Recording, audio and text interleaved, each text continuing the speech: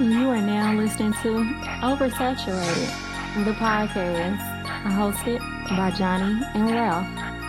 Now let's get it.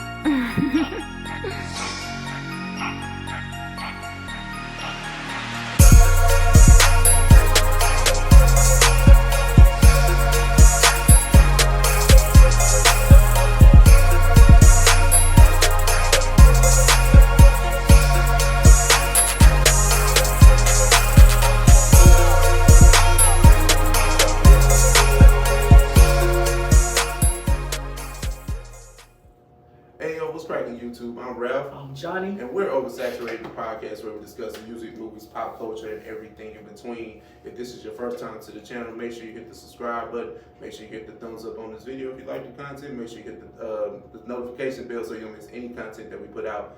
But, you know, usually when you see these faces, aside from the podcast, we're definitely doing a show review, music review, something of that nature. Yep.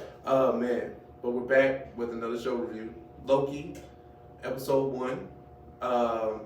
Burdened with glorious purpose. Usually, you know, when we do show recaps and reviews, we usually get into a brief, recap of the show, what we think about it, all that great stuff, and then we get into the nuts and bolts of review, and then just kind of get predictions about what episode 2 will bring. But Johnny, yeah. Oh my God, my guy. I think this was a really. I really enjoyed this first episode. It was a good episode. What needed to happen to Loki in this episod happened, and I like the way it happened, which we'll get deeper into as we review. But it's good to see Loki. I want people to realize, well, I guess you know now, but this is the 2012 version of Loki, so he doesn't know about he didn't know about anything else that happened in the MCU post Avengers. So it was good to have that in mind going into this episode, because I think a lot of people were confused as to what was happening. But I thoroughly enjoyed this first episode. Yeah, I definitely enjoyed the episode too. Definitely void of action, but it's necessary to build the show and what we got coming forward, because there's a lot that I think they're going to try and do and introduce or even tease moving forward. Yeah. The show was good, man. It's just, you know, the acting is great. You know, Tom Hiddleston brought back, you know, reprises his role as Loki, the god of mischief. Yeah, they won't ever let him die and stay dead. And so, and there's nothing wrong with that. You know what I'm saying? That's just how comic books give it up. So I think it's dope. And we're just gonna get into the review, man. Let's do it. Let's just get into the review. The opening scene is definitely from Endgame. I think they chopped it up a little bit just to kind of give you how Loki got to where he is. Exactly. He grabbed the Tesseract during the Avengers time heist, and then he transfers. You know, where he teleports. I don't know, teleports over to a desert somewhere, right? Yeah, Mongolia, I think, if I'm not mistaken. Yeah, it was Mongolia. And then in true 2012 Loki fashion, he sees individuals and he gets up on a rock to show his dominance over them, and they don't know what he's talking about because they speak Mongolian. They don't know what's happening. But in this scene, we get our first look at TVA agents. Yes. And the type of powers that they have with their staffs. Yeah. Oh my God, I wish I remembered this lady's name, but the black woman who's like the head TVA agent, she was in Lovecraft Country. Ruby from Lovecraft, yeah. So shout out to her. But we get our first glimpse of what the TVA is and what they can do. So she hit Loki with her staff, and he's moving at 1/16 speed, but is feeling everything from the hit. I thought that was dope and showing what they can actually do from the beginning. Yeah. I thought that was dope. One thing they showed, they definitely let you, they definitely explain to you what's going on and how things work very, very quickly. So you're learning through Loki. They're teaching you, but you're learning everything through Loki. Right. And this is before the opening credits even roll. So I think that's even dope too. Because now they take them back to TVA headquarters, the Time Variance, is it Alliance? Authority, okay, yeah. Time Variance Authority. So you see everything. It's like he's getting checked into prison.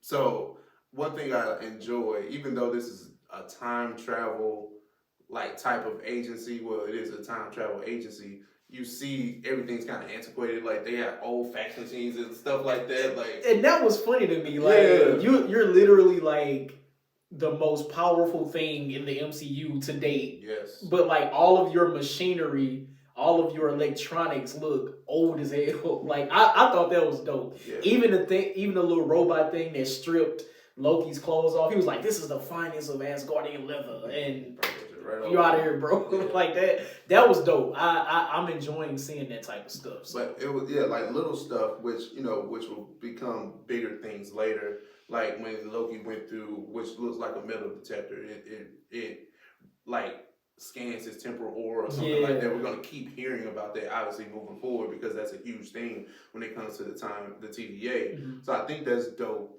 And then we get the opening credits. right.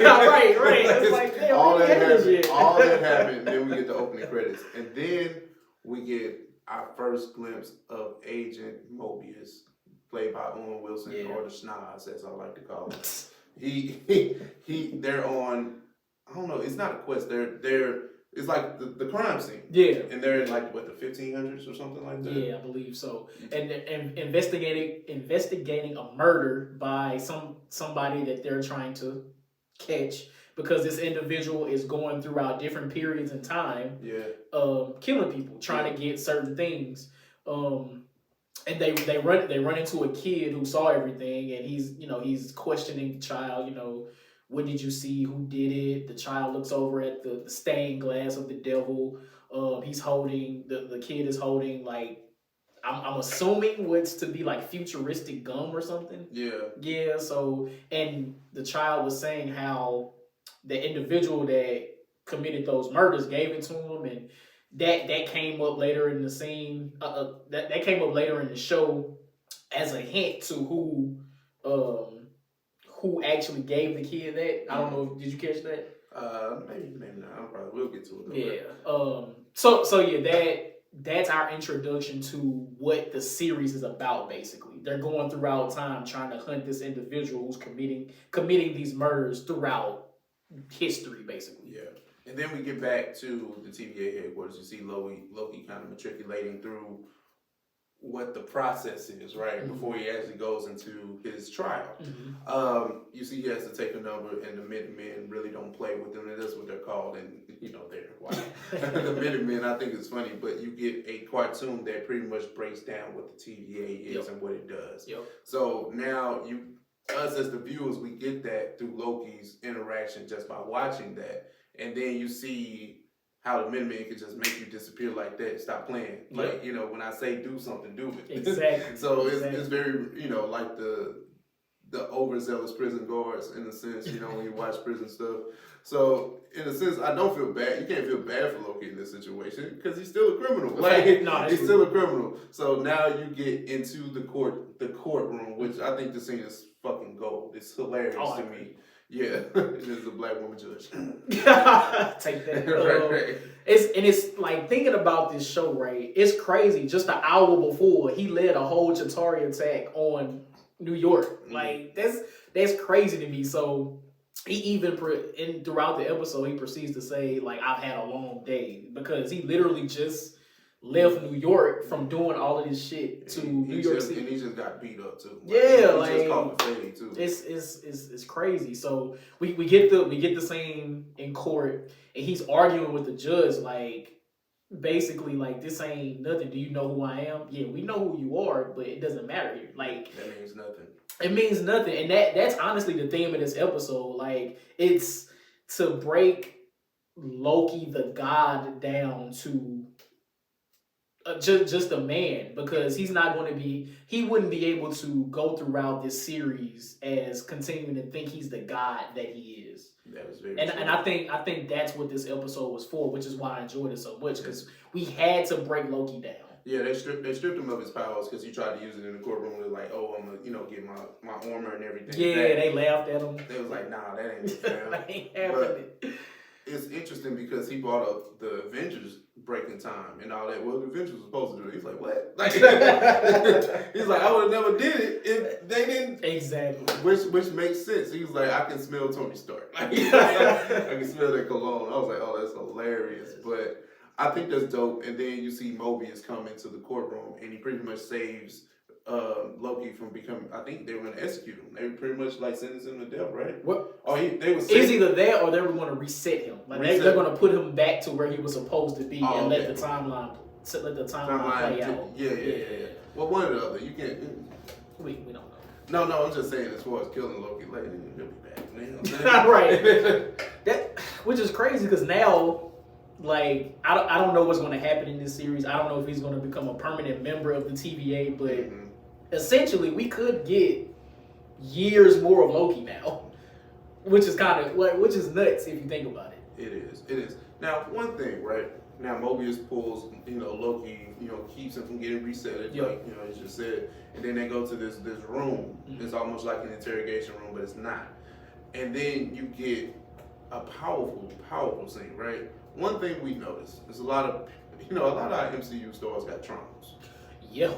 And it starts from WandaVision having her shit, Falcon and Winter Soldier having theirs. Now we get to Loki, and this is necessary for building a show arc. Yeah. You see Loki, and you see him he pretty much, Owen Wilson's character, Agent Mobius, pretty much asked him, "What's your end game in this?" In a sense, and Loki couldn't find an answer. It's kind of like to jump universes. Remember when Heath Ledger, the Joker, said, "I'm like a dog, and I wouldn't know what to do with this car if I caught it." Yep. Loki is literally the same way. Like, he has these big elaborate plans to become the king or the god or something, but when it actually happens, what are you gonna do next? Yeah. And that's all he asked them. Yeah. He asked them very simple and direct questions. And there's somebody that's been one of the top tier villains in MCU that we've given this crown to. He seemed very, very like he was fumbling over himself. Like, he seemed very unsure, and that's something you've never seen of Loki. Never. Which is, but like that's why I credit these TV shows, because like in these big production movies, we only see the most intense version or intense parts of these people's lives, both villains and heroes. But in a TV show, in a 30 to 45 minute show, it is going to be fleshed out. So to be able to see Loki in another light, it's the same way I felt about, what's my man from Falcon, Zemo. Same way I felt about Zemo. Yeah. I hated Zemo in Civil War, but he was likable as shit in Falcon and Winter Soldier. So now that we can see this other side of Loki, I feel like, well, at least for me, like I'm starting to feel empathy for him now, because like toward the end of the episode when he looked at the rest of his life, because remember, he doesn't know about this stuff yet because he hasn't been through it. This is the one from the first Avengers. So. Yeah. So seeing himself lead his mom to her death in the second Thor movie, it's like, and seeing his reaction to that, seeing his interactions with Thor in Thor Ragnarok, how you know what, Loki, I really do love you, whatever the fuck Thor said, like seeing him react to those things, it's like, why, like, this is crazy, because now I feel sorry for Loki. So I'm like that, and that's why I really enjoyed this first episode, because like I said, he's being broken down from this I'm a god, I need to rule all, to like, oh, you know what, maybe all of that stuff really wasn't worth it, because everything I've done or what I plan to do really isn't worth anything. I think before we jump, we have to jump ahead a little bit. I think what led him to want to see the rest of his timeline was the fact that he took the time instrument from Mobius, his pocket. So he's teleporting throughout the agency, right? Yep. And then he goes to the receptionist guy, right? Yeah. Which was you need that comic relief right there. So he was talking about, he's like, give me the Tesseract, I'll gut you like a fish. He's like, what's a fish? And he's like, what's a fish? And then he's like, what's the Tesseract? And then he just handed it over so quick. He's like, oh, here. And then he opens the drawer and he sees these Infinity Stones there. And he was just like, you have Infinity Stones here? So now it fucks with the logic that you always had. You, and even us as viewers, right? They're discounting the Tesseract, every single Infinity Stone, all 10 years worth of movies. That shit is stupid. In 20 minutes Fam, of the show. Let's stop right here. Yeah. Like, how did you feel when you initially saw that scene Mhm. and his reaction, and you see the effect? Like, how did you feel? Because the concept of time and all that other stuff didn't matter anymore. Yeah. Because time matters, but I'm talking about like the concept of collecting these stones and all that stuff. It doesn't matter anymore. It doesn't matter. That's why he was like, you know what? Let me go see how this plays out. Now, in the supreme timeline, or whatever they call the main timeline of these things, that's where he's like, you know what? He went to relive, like you said, the death of his mother, the acceptance from Thor, his dad, dying, and then ultimately his death in Infinity War. So it's like MCU just shit on 10 years worth of movies, and I promise you, and like a smooth in a matter of minutes, it's like, fam. He said we use Infinity Stones around here as paperweights. Paperweights, mm-hmm. fam. Mm-hmm. Black Widow killed herself to get the Soul Stone, and you mean to tell me y'all using these joints as paperweights? That's crazy. Infinity Stones killed Tony Stark. Like, it's a lot that goes into it. It's a lot that goes into it. In the moment in seeing it, it's like, this is the greatest yet most devastating thing I've ever seen. You know how many times I've seen the first phase 1 through 3 movies, and you mean to tell me none of that shit matters in a matter of minutes? Matter of 20 minutes. They got the whole concept of that shit out of here. Like, out of here, because none of that stuff works. Moving forward in the TVA, he said, "Oh no, we get these all the time." Like, that's crazy. But that also makes you think, if there's one unified timeline, where did these other Infinity Stones come from? Alternate timelines, because you see multiple Soul Stones. Like, you see multiple. Right. Okay. So, damn. That's where it came from. Most other timelines. I thought that was interesting. I thought that was so dope. I mean, right. But it's like, damn, word. One thing I found interesting, right, and I think they just did this for pop culture flair. I didn't know the whole D.B. Cooper story. Right, me. I was just like, I thought that was like a big thing, a part of the show, and they just used it for promo. Like, that shit happened in the first episode, and now it's over with. Like, you remember? Yeah, because that was part of the trailer. Right, but D.B. Cooper is that's a real story in real life. Mm-hmm. So the fact that they were able to even weave that in, I thought was kind of dope. It's like, damn. Because they never caught him in real life. Oh. So to say that was Loki, like, okay, great. Interesting. Yeah. So shout out D.B. Cooper. So what happened next? Where are we now? He sees the end of his life, mm-hmm. and then he pretty much levels with Mobius. And then it's kind of like, at first I thought Mobius was kind of manipulating Loki, mm-hmm. like manipulating the manipulator, mm-hmm. but not in a sense. He was just like, no, I really need your help. Right. And he kind of leveled with him. And then you jump, you see the Minutemen, they go on another escapade, I think in the 1800s. Yeah. And then hunting for the same individual that they were looking for at the beginning of the mm-hmm. show. But I think that's right after. I'm sorry. I think that was right after Mobius explains, well, we're pretty much hunting you. Yeah. They're hunting an alternate version of Loki, mm-hmm.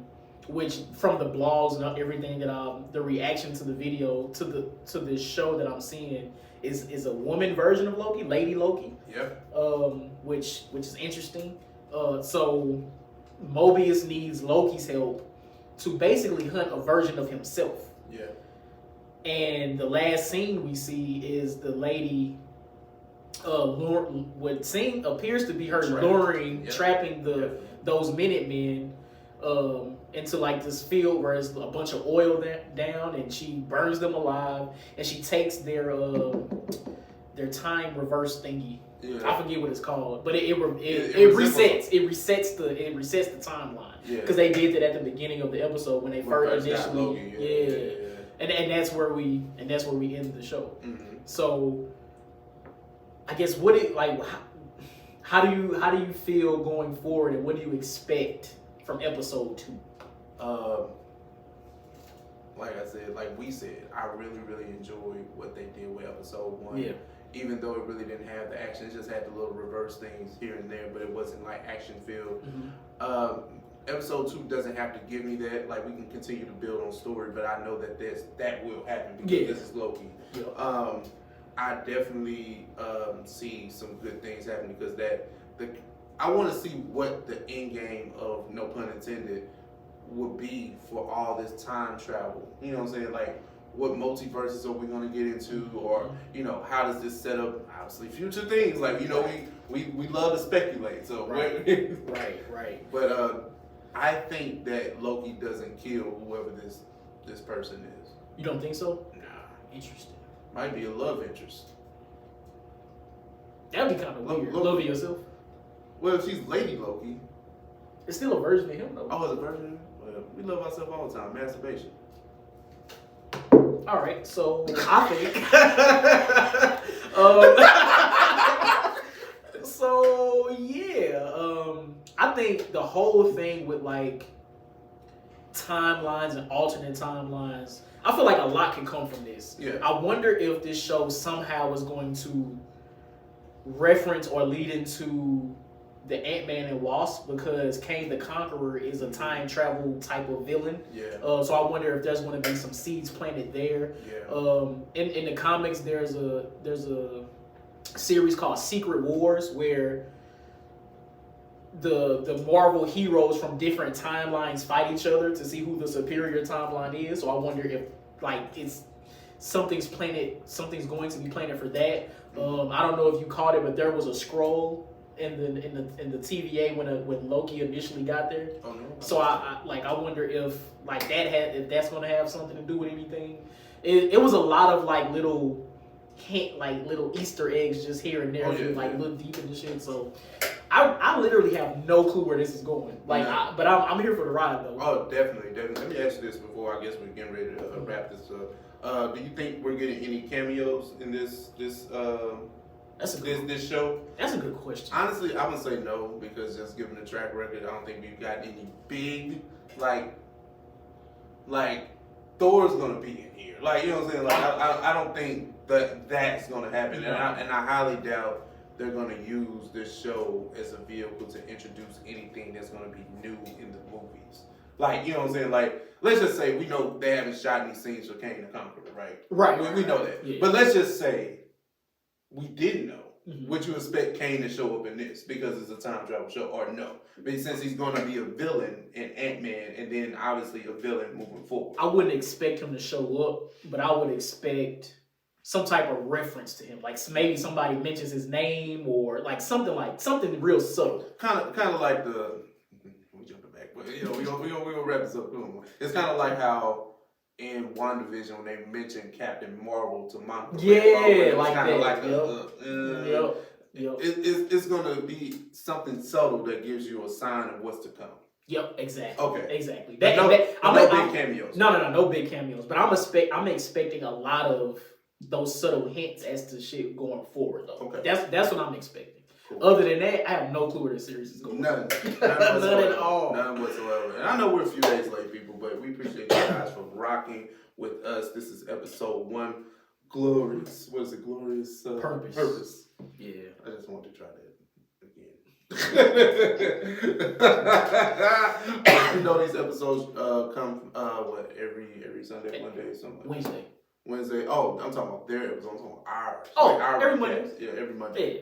So yeah, the episodes of Loki, they're debuting on Wednesday for whatever reason, but we record Sunday. So hey man, we appreciate you guys for just checking out our recaps. Yes. You probably didn't watch the million of them. But yeah, we appreciate y'all for rocking with us. Mm-hmm. Again, make sure you hit that like, share, subscribe. Yep. Leave us comments. What are you guys expecting from this series? Because hey, episode 1 was great, and I'm expecting a lot more story. I know there's going to be action at some point, but I'm looking forward to the story. How many episodes of this season? I don't know. Oh, if I had to, Falcon and Winter Soldier was 6, right? So if I had to guess, I'll say 6, between 6 and 8. It's got to be because the budget. I know the budget crazy. Yeah, you can't give us 10 episodes of this. So probably 6. Probably 6. That'd be cool. So we'll see. We'll see. So yeah, we appreciate y'all. That's episode 1 of Loki, and we out. Peace.